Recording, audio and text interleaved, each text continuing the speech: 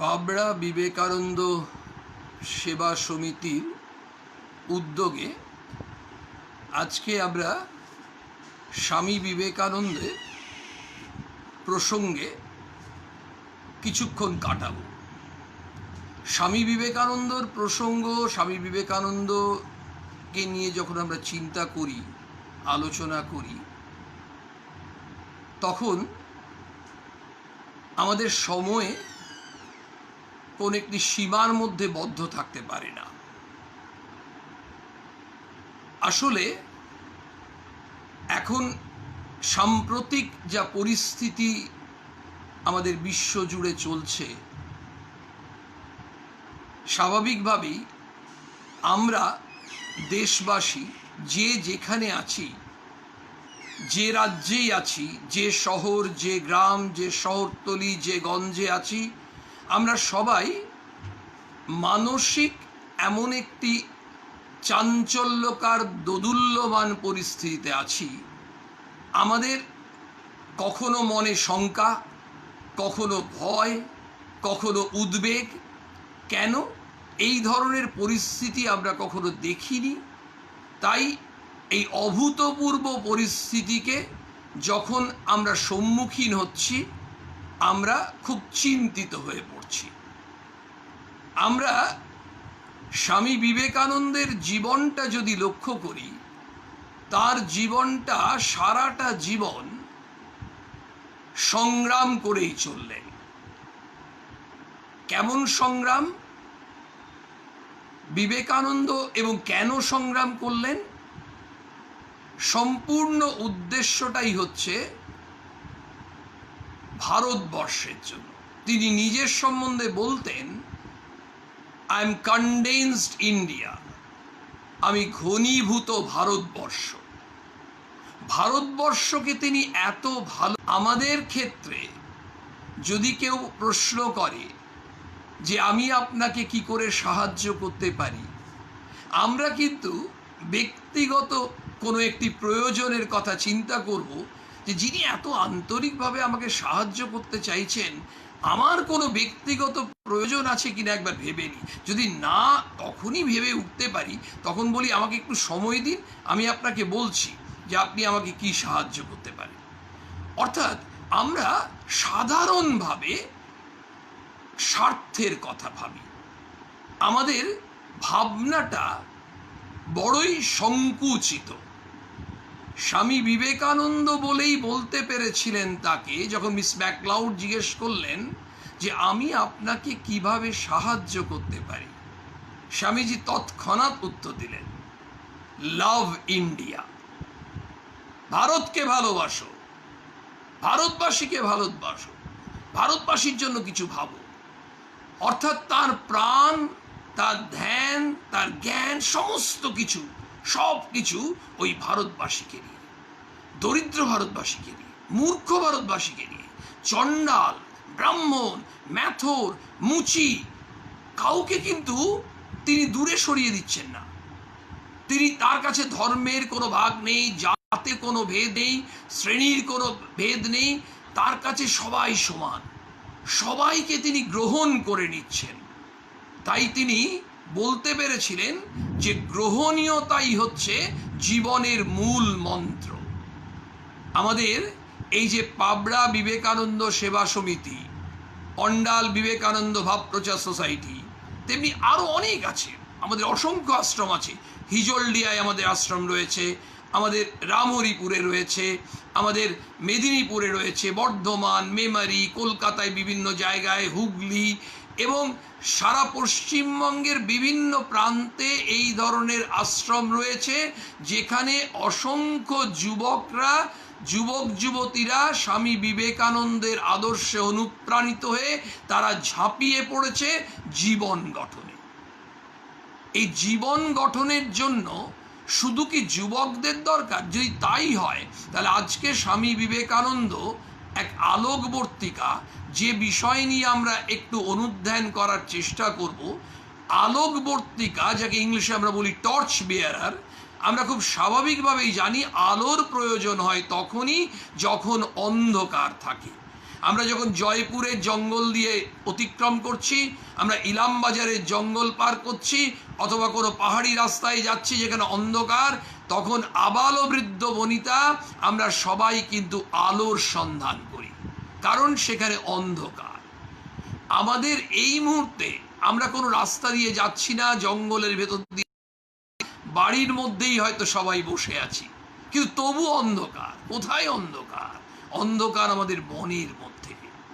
এই অন্ধকার যখন মনকে আঁধার করে রেখেছে, সেই আঁধার কাটাবার জন্য আলোর প্রয়োজন।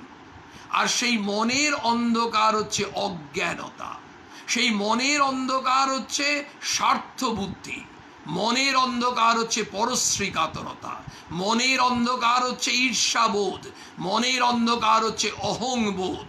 এই অহংবোধ, এই ঈর্ষা, পরশ্রী কাতরতা, স্বার্থ চিন্তা, মলিনতা, ঘৃণা, এই ভাবনাগুলোকে পুড়িয়ে দিতে হবে, এই অন্ধকার দূরীভূত করতে হবে।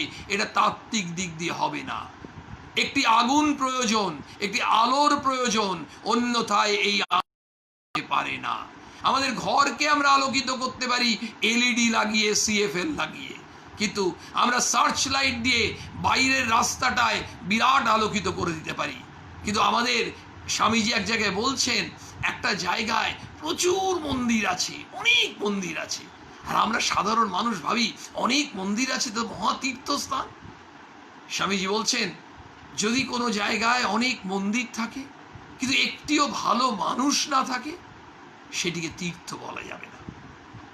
বিপরীতে বলছেন, কোনো একটি স্থানে যদি একটিও মন্দির নেই কিন্তু অনেক ভালো মানুষ আছেন, তাহলে সেটিই হচ্ছে মহাতীর্থ। স্বামীজি মানুষ চাইছেন, মন্দির নয়। তার মানে তিনি কি মন্দির বিরোধী? আমরা কিন্তু কোথাও হঠাৎ করে কোনো সিদ্ধান্তে উপনীত হব না। এমন হতে পারে আমাদের আলোচনার উপস্থাপনায় কোনো ত্রুটি থাকতে পারে, বিবেকানন্দের কথায় কোনো ত্রুটি নেই। সেই জন্য আমরা নিশ্চিত বিবেকানন্দ এটাই বোঝাতে চেয়েছেন যে শুধু মন্দির থাকলে হবে না, যা প্রয়োজন তা হচ্ছে মানুষের। এই প্রকৃত মানুষ কারা? যাদের মন আলোকে উদ্ভাসিত হয়েছে, সেই আলোকবর্তিকাই হচ্ছেন স্বামী বিবেকানন্দ। আমাদের আজকে হঠাৎ করে কেন মনে হচ্ছে যে এই বিভিন্ন সোসাইটি থেকে, বিভিন্ন ভাব প্রচার সমিতি থেকে এই মানুষরা, এই যুবক যুবতীরা, ভক্তরা এগিয়ে আসছেন কেন এই ধরনের প্রসঙ্গ করতে? শুধু সময় পাস করতে?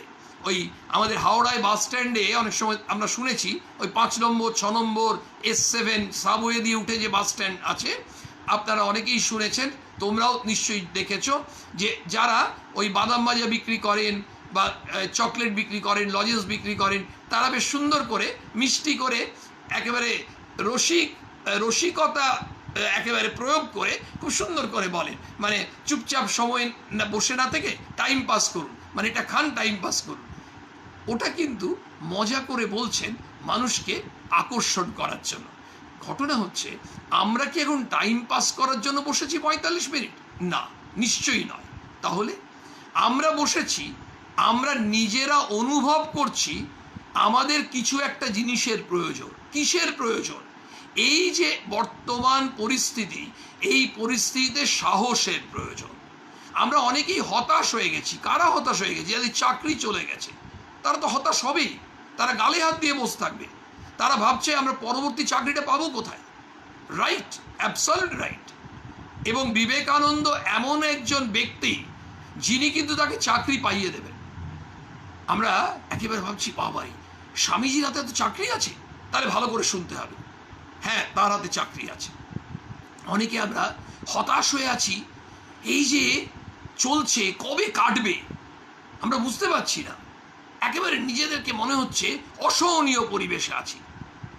আসুন, বিবেকানন্দের কাছে একটা ওষুধ নেই, দেখা যাক সেই ওষুধ কি এমন যা দিয়ে অসহনীয় পরিবেশেও, এই পরিস্থিতিও সহনীয় হয়ে উঠতে পারে। এই জন্যই বিবেকানন্দ আলোকবর্তিকা। আসি আমরা একের পর একটু আলোচনা করতে। স্বল্প পরিসর, প্রথমে একবার ভেবে নিই এই আলোচনাটায় আমরা কারা শুনছি। আমরা শুনছি পশ্চিমবঙ্গের বিভিন্ন প্রান্তের মানুষরা, শুনছি পশ্চিমবঙ্গের বাইরে ভারতবর্ষের বিভিন্ন রাজ্যের মানুষরা। কেন এটা ধরে নিলাম? কারণ এটা লাইভ প্রোগ্রাম, এটা রেকর্ডিং থাকছে। এই রেকর্ডিং প্রোগ্রামটা বিভিন্ন জায়গায় মানুষ ছড়িয়ে দিচ্ছে। সেদিনই একদিন আলোচনার সময় এক ভক্ত লিখলেন, খুব সুন্দর, আমরা চাই, আমরা কামনা করি, প্রার্থনা করি যেন এইভাবে স্বামীজির কথা ঘরে ঘরে পৌঁছে যাক। তাহলে দেখুন কি সুন্দর, তার মানে মানুষের কামনা প্রার্থনাটা কোথায়? স্বামীজির কথা ঘরে ঘরে পৌঁছে যাক। তাহলে যিনি এটা কামনা করছেন তিনি নিশ্চয়ই এই কাজটাও করবেন। তার যখন আত্মীয়, তিনি হয়তো গুজরাটে আছেন কি চণ্ডীগড়ে আছেন, তিনি সেই আত্মীয়কে বলবেন, জানো জানো আজকে না স্বামীজির একটা প্রসঙ্গ হচ্ছিল, এত আনন্দ হচ্ছিল, ভয় কোথায় কেটে গেল। তিনি বলবেন সেই আত্মীয় বা সেই বন্ধু, আমাকে পাঠিয়ে দাও না। তাহলে যিনি গুজরাটে বসে আছেন, চণ্ডীগড়ে বসে আছেন, চেন্নাইয়ে বসে আছেন, তিনিও তো শুনতে পারবেন। তাহলে কথাটা মিথ্যে নয়। আর স্বামীজি প্রসঙ্গ করতে গিয়ে আমরা মিথ্যে কথা বলবো কোত্থেকে? কারণ স্বামীজি তিনি যিনি বললেন যে সত্য, সত্য এমন যে তার জন্য সব কিছু ছেড়ে দাও, কিন্তু কোনো কিছুর জন্যই সত্য থেকে বিচ্যুত হবে না। মানে একেবারে স্টিক করে থাকো, স্টিক টু দ্য ট্রুথ। আমরা বললাম, আমরা তো জানি সত্যমেব জয়তে, আমরা জানি, উচ্চারণ করি, যে সত্যকে পালন করা ভেরি ডিফিকাল্ট। ওই নরেন্দ্রনাথই পেরেছিলেন। ছোট্টবেলা যখন স্কুলের ঘটনাটা আমরা মনে করার চেষ্টা করি, যে কিছুই না, ক্লাসে স্যার এসেছেন, একটা গ্যাপ ছিল, নেক্সট পিরিয়ডে বন্ধু বান্ধবরা গল্প করছে, হয়েই থাকে, কিন্তু গল্প করার রাজাকে, গল্প করছেন কে এত সুন্দর করে সবাই আকৃষ্ট, তিনি কিন্তু নরেন্দ্রনাথ, আমাদের স্বামী বিবেকানন্দ। সবাই, তারপর একটু পরে তো স্যার ক্লাস দেখছি, জানি সবাই ফিসফিস আওয়াজ, বলছেন প্রত্যেককে দাঁড় করাচ্ছেন, তুই বল তুই বল তুই বল, কেউ বলতে পারছে না। কিন্তু নরেন্দ্রনাথকে যখন দাঁড় করিয়েছেন, তিনি উত্তর দিয়ে দিয়েছেন, বলে তুই শুধু বসবি, বাকি সবাই দাঁড়িয়ে থাকবে। এই হচ্ছে নরেন্দ্রনাথ। বললেন না, আমিও দাঁড়িয়ে থাকব। কেন? আমি গল্প করছিলাম, তাই তো ওরা শুনছিল। তাহলে যে দোষে ওরা, যে অপরাধে ওরা আজকে অপরাধী হলো, শাস্তি পাচ্ছে, সে একই অপরাধ তো আমারও। কি অদ্ভুত! মানে সত্যটা বললেন, যে সত্য হচ্ছে আমি গল্পটা করছিলাম। সুতরাং ওই মাস্টারমশাই, তার মধ্যেও কিন্তু নিশ্চয়ই আমরা এটা নিশ্চিত যে তার মধ্যে একটা ভাবনা স্পন্দিত হয়েছিল, যে ওই ছোট্ট ছেলেটা, তিনি তার শিক্ষক মহাশয়কেও একটি অসাধারণ শিক্ষা দিলেন।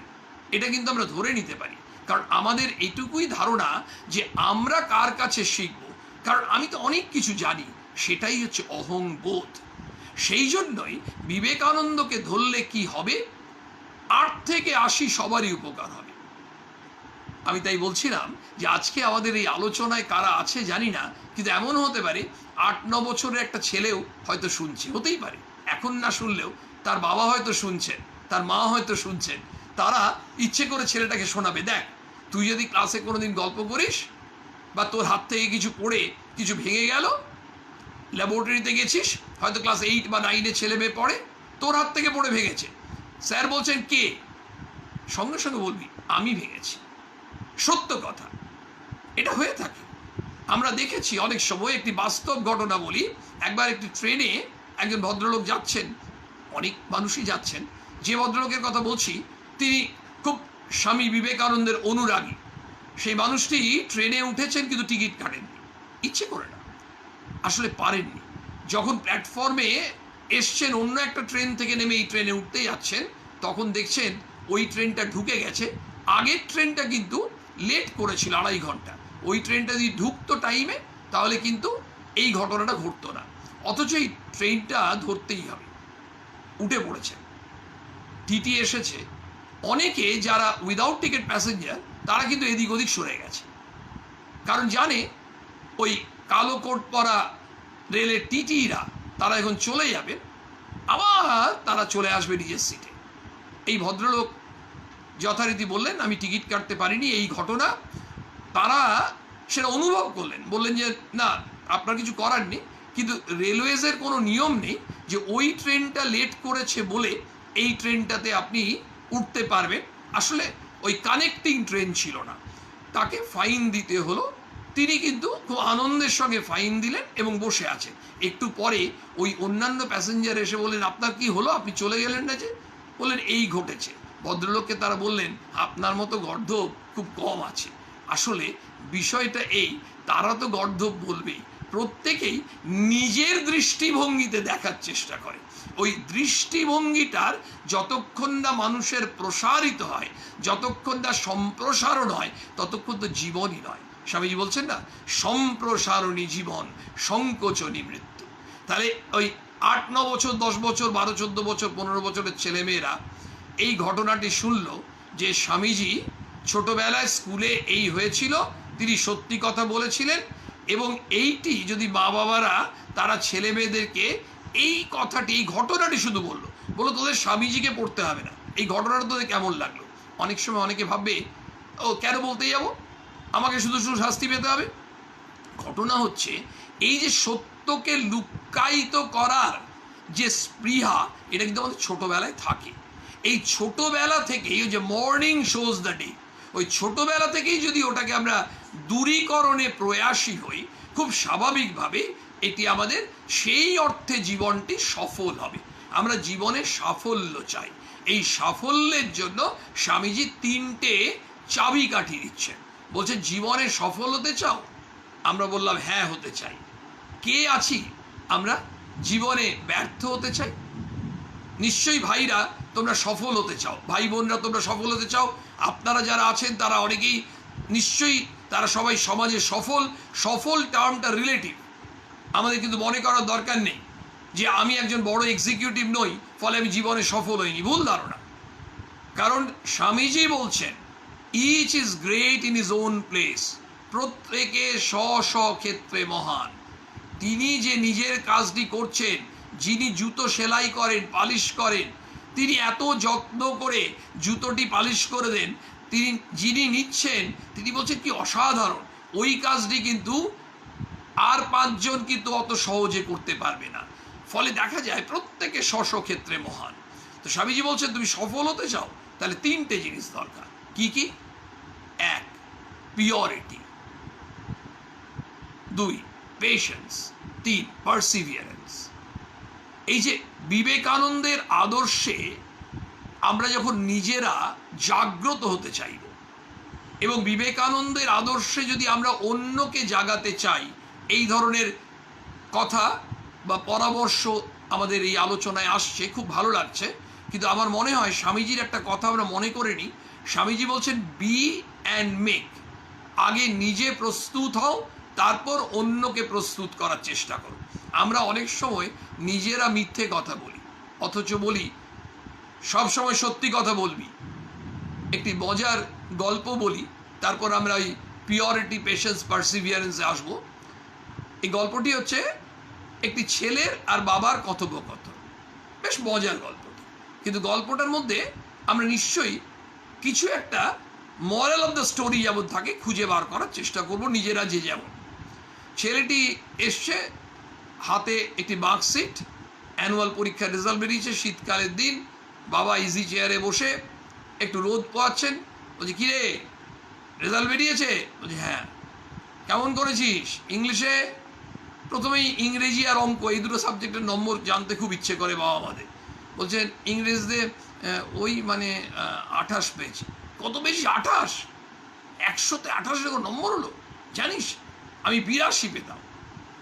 ওই ডিজিট দুটোকে উল্টে দিলেন। অঙ্কে কত পেয়েছিস?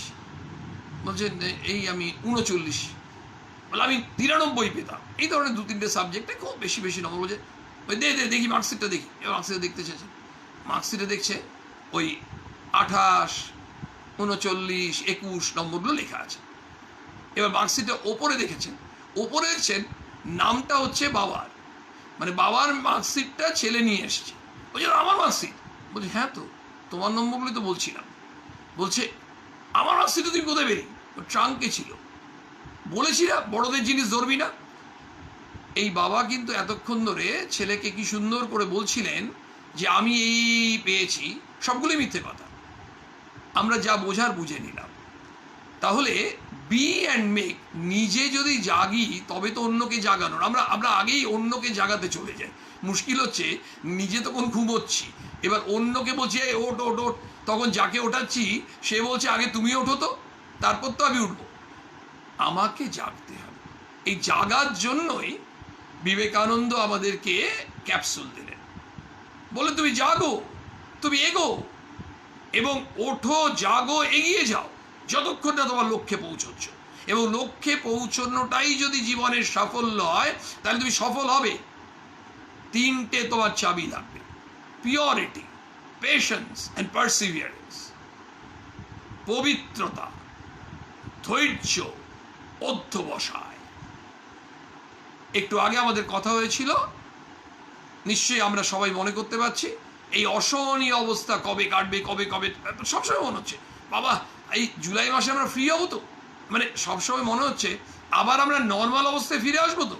মানে এখন নর্মাল অবস্থা বা স্বাভাবিক অবস্থা বলতে আমরা যেটা বোঝাবার চেষ্টা করছি বা নিজেরা বুঝবার চেষ্টা করছি, যে ফেব্রুয়ারি মাসে জানুয়ারি মাসে যেমন ছিলাম, কিন্তু ওটা যে নর্মাল, ওটা যে স্বাভাবিক, আর এটা যে অ্যাবনর্ম্যাল, অস্বাভাবিক, এটা আমরা কেন বলছি?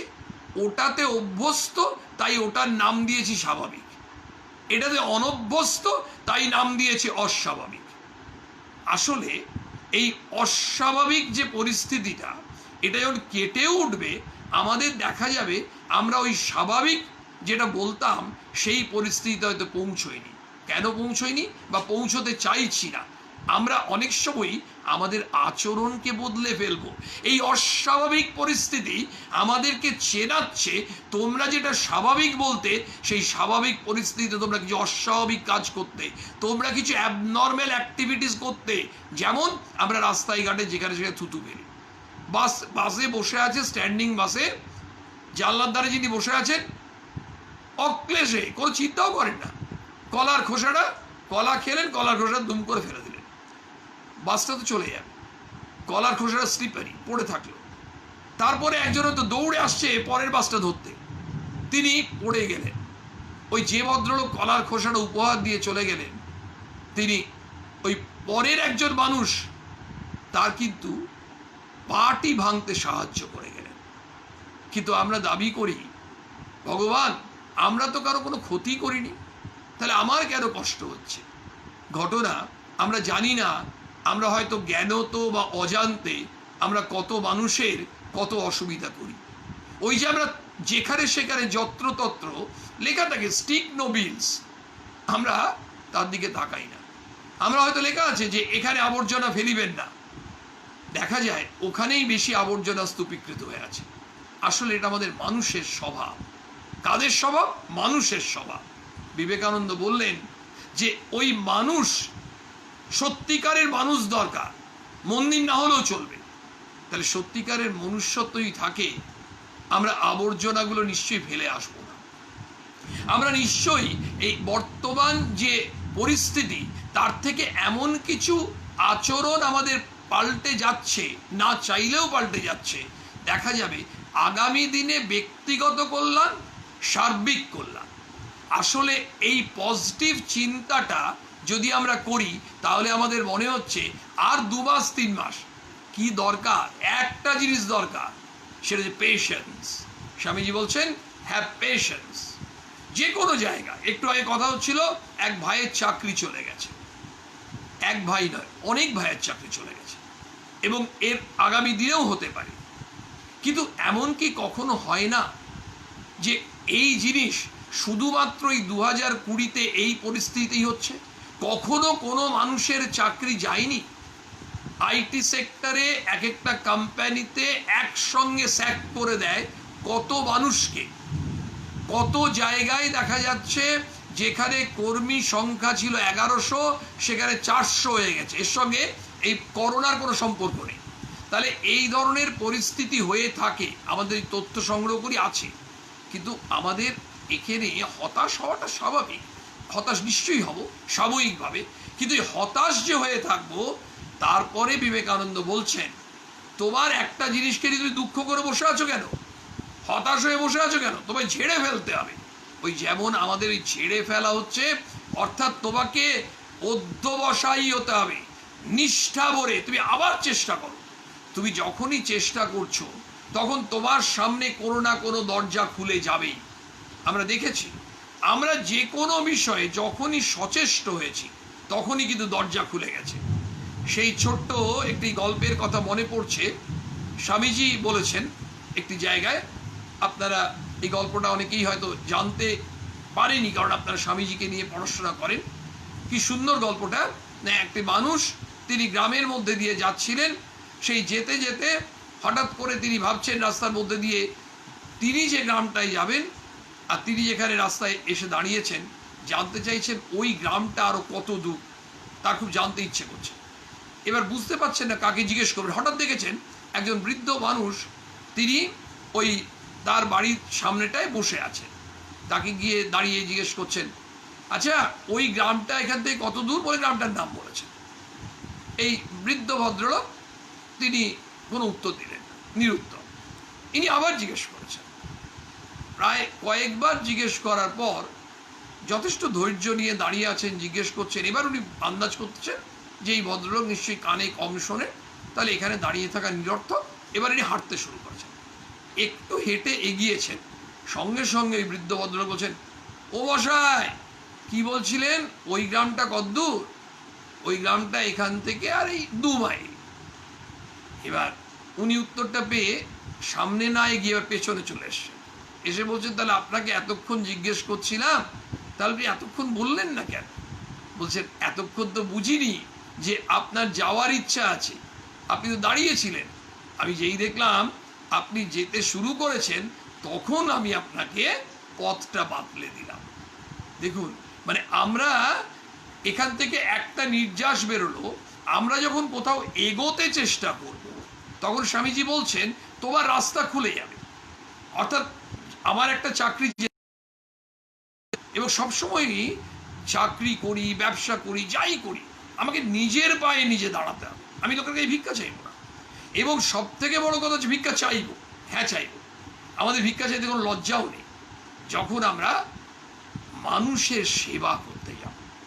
এই যে এখন এত ক্রাইসিস, আমাদের যে পাবড়া বিবেকানন্দ সেবা সমিতি, অন্ডাল, হিজলডিয়া, মেদিনীপুর আশ্রম, বিভিন্ন জায়গায় এই যে আশ্রমগুলো রয়েছে, বিভিন্ন জায়গাতে তারা সেবা কাজ করছে। কি করে সেবা কাজ করছে? কোত্থেকে টাকা আসছে? হ্যাঁ, নিশ্চয়ই নিজেরা চেষ্টা করছে, কিন্তু বাকি কোথা থেকে উড়ে চলে আসছে কেউ জানে না। আসলে স্বামীজিরই কথা, স্বামীজি এই ভাষাটাই ব্যবহার করেছেন এটি চিঠিতে, টাকা উড়ে আসবে, লিটারেলি উড়ে আসছে। এবং এই উড়ে এসে তার যে সমস্যা সেখানে জুটে যাচ্ছে।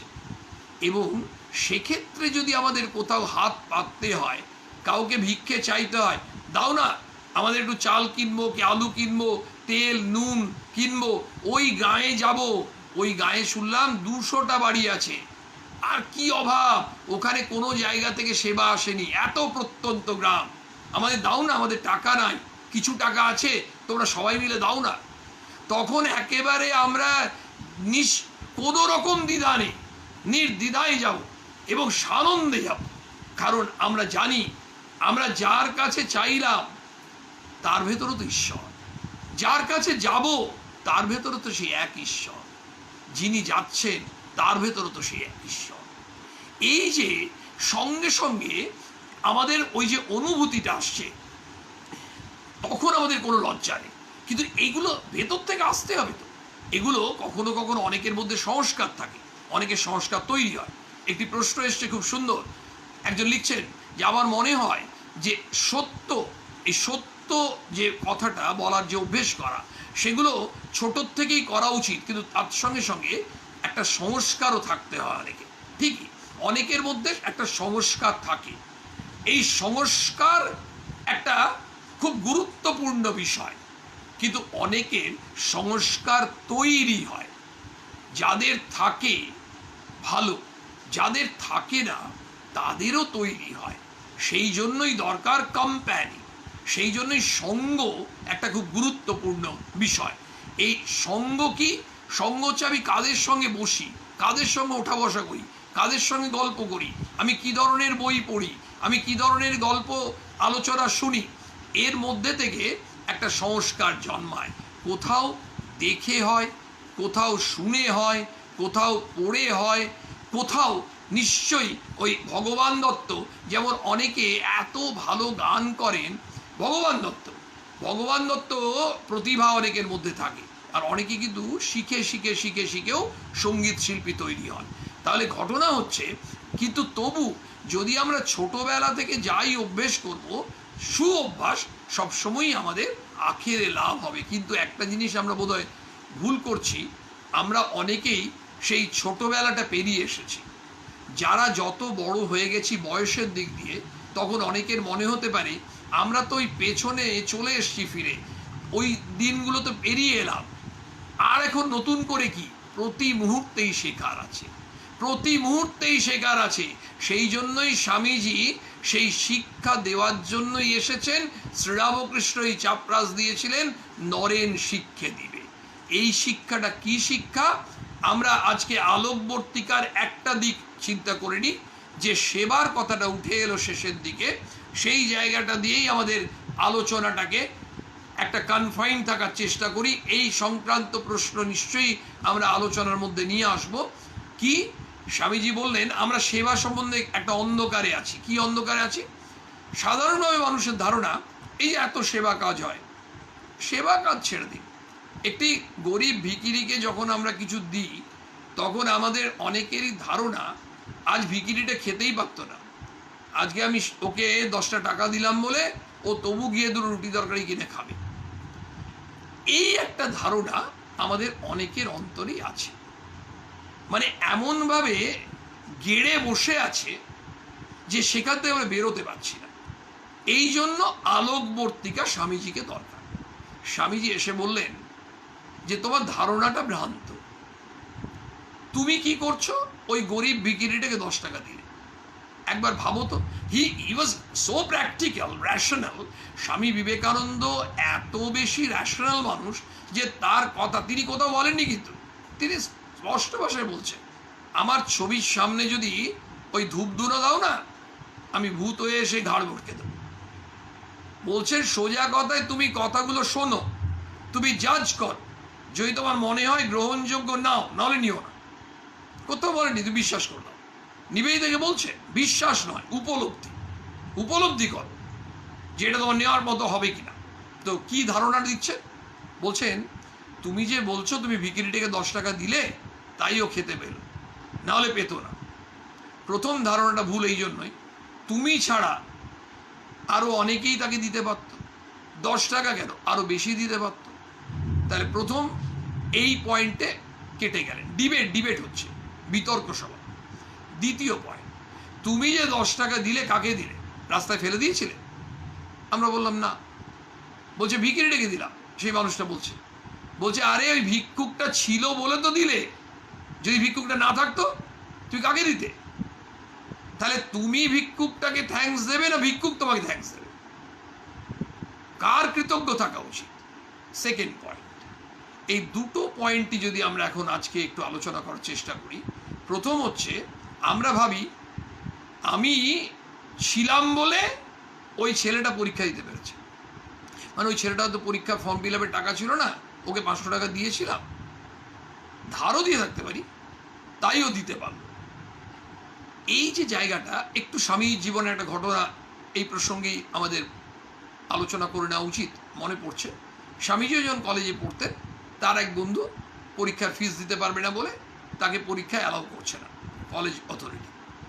অন্য বন্ধুরাও জানে, নরেন্দ্রনাথও জানে। তফাৎটা কোথায়? Narendranath is different from other people.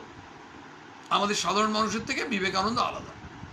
অন্য বন্ধুদের নির্বিকার, দিল না দিল, ছেলেটা বন্ধু পরীক্ষা দিচ্ছে, এই হচ্ছে বন্ধুত্ব। আর আমরা বলি আ friend in need is a friend in need.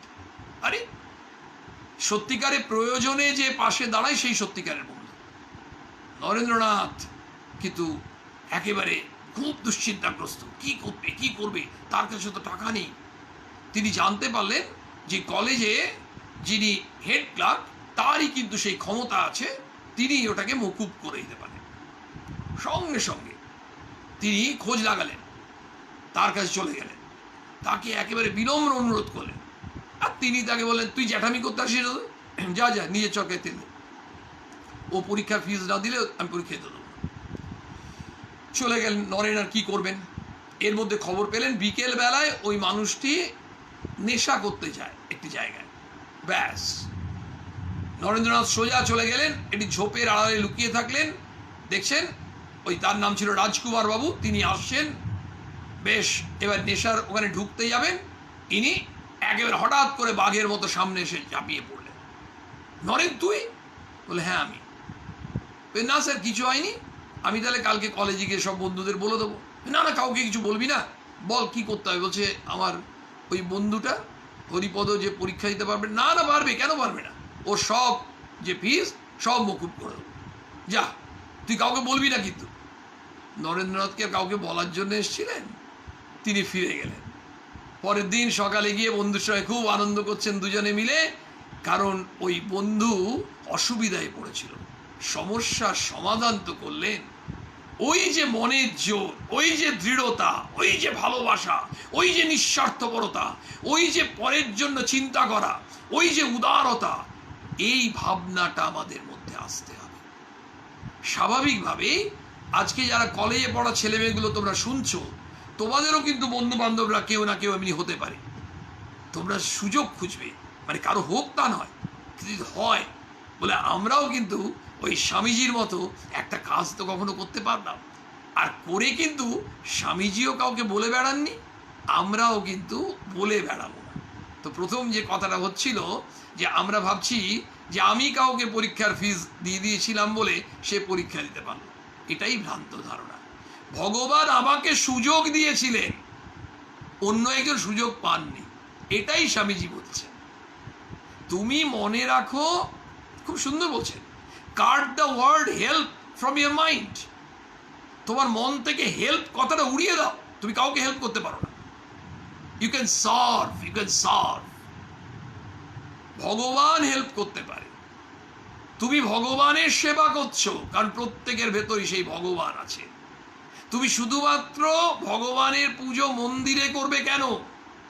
ওই মানুষটির মধ্যে যে ভগবান, সেই সচল ভগবানের পুজো করার সুযোগ পেলে ভগবান তোমাকে সুযোগ দিলেন। হয় কিন্তু আমরা যখন ফিরি, একজন এসে বলছে, জানো তো আজকে আমার কি আনন্দ হচ্ছে, যাচ্ছিলাম অফিস আর ওই টিফিন বক্সে আজকে বাড়িতে সব করে দিয়েছে ভালো কিছু, আর যেতে যেতে দেখছি ওই ওভারব্রিজ দিয়ে উঠছি আর দুজন বসে আছে, খেতে পাচ্ছে না, খুব কষ্ট, তাড়াতাড়ি দিলাম। আমাদের শুনে অনেক সময় হিংসা হয়, কষ্ট হয়, কই আমরা তো সুযোগ পাই না। প্রার্থনা করব ভগবান সুযোগ দেবেন। এই যে এই হচ্ছে আসল জিনিস, ওই ভাবনাটা ভাবিত করা। দ্বিতীয় পয়েন্টটা কি ছিল ওটা বলি, আজকের আলোচনা শেষ করি। যে আমাদের প্রথম হলো ওটা, আমাদের অহংকার, আমি সুযোগ পেয়েছি। আর দ্বিতীয় হচ্ছে আমি সেবা করে আমি তার কাছে কৃতজ্ঞ থাকব। যদি আমাকে এই সেবা করার সুযোগটি না দিতেন তাহলে তো আমি এই সেবাটি করতেই পারতাম না।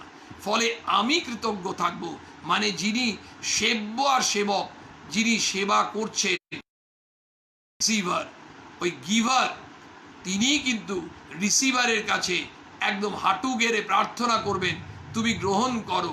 আর রিসিভার তাকে অ্যালাউ করবেন, পারমিট করবেন, অনুমতি দেবেন দেওয়ার জন্য। আমরা এই সেবা যে দর্শন, আমরা যে স্বামী বিবেকানন্দ আমাদেরকে আশা জাগাচ্ছেন, আমাদের হৃদয়ে যে আশা সঞ্চারিত হচ্ছে, এই আশা নিয়েই আগামী বৃহস্পতিবার পর্যন্ত অপেক্ষা করি। যদি স্বামীজির ইচ্ছা হয় আগামী বৃহস্পতিবার আমরা আবার স্বামী বিবেকানন্দ আলোকবর্তী সবাই একসঙ্গে যুক্ত থাকব। হয়তো কোনো কোনো প্রশ্নের উত্তর আজকে দিতে পারা যায়নি, যদি এটা হয় আমি ক্ষমা চেয়ে নিচ্ছি। এবং সবাই প্রার্থনা করব, সবাই যেন আমরা সেই বিবেকানন্দ চিন্তায় ভাবিত হয়ে, খুব মনের মধ্যেই হতাশা কাটাতে হবে।